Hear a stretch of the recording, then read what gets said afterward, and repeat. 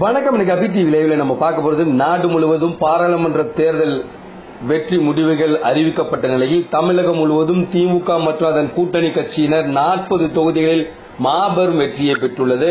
அதன் ஒரு பகுதியாக நெல்லையில் காங்கிரஸ் கட்சியின் சார்பில் ராபர்ட் புரூஸ் அவர்கள் போட்டியிட்டார். இன்று அவர் மாபெரும் வெற்றியை சந்தித்துள்ளார்.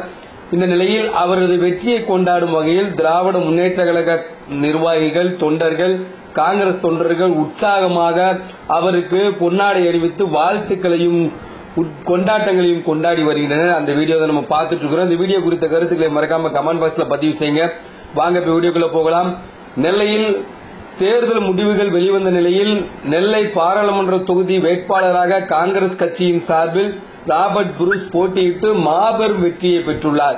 இவரை எதிர்த்து போட்டியிட்ட பாஜக, அதிமுக, நாம் தமிழர் கட்சியினை புறம்தள்ளி முதன்மை இடத்தில் அதிக வாக்குகள் வித்தியாசத்தில் வெற்றி பெற்றுள்ளார். இவருக்கு திராவிட முன்னேற்ற கழக மாவட்ட செயலாளர்கள், சட்டமன்ற உறுப்பினர்கள், முக்கிய நிர்வாகிகள் மற்றும் காங்கிரஸ் கட்சியின் முக்கிய நிர்வாகிகள் பொன்னாடை அணிவித்தும் மலர் கொத்துகள் வழங்கியும் உற்சாகமாக வரவேற்பு கொடுத்து வருகின்றனர். வெற்றி கொண்டாட்டத்தை தான் இப்ப நம்ம பார்த்துட்டு இருக்கிறோம்.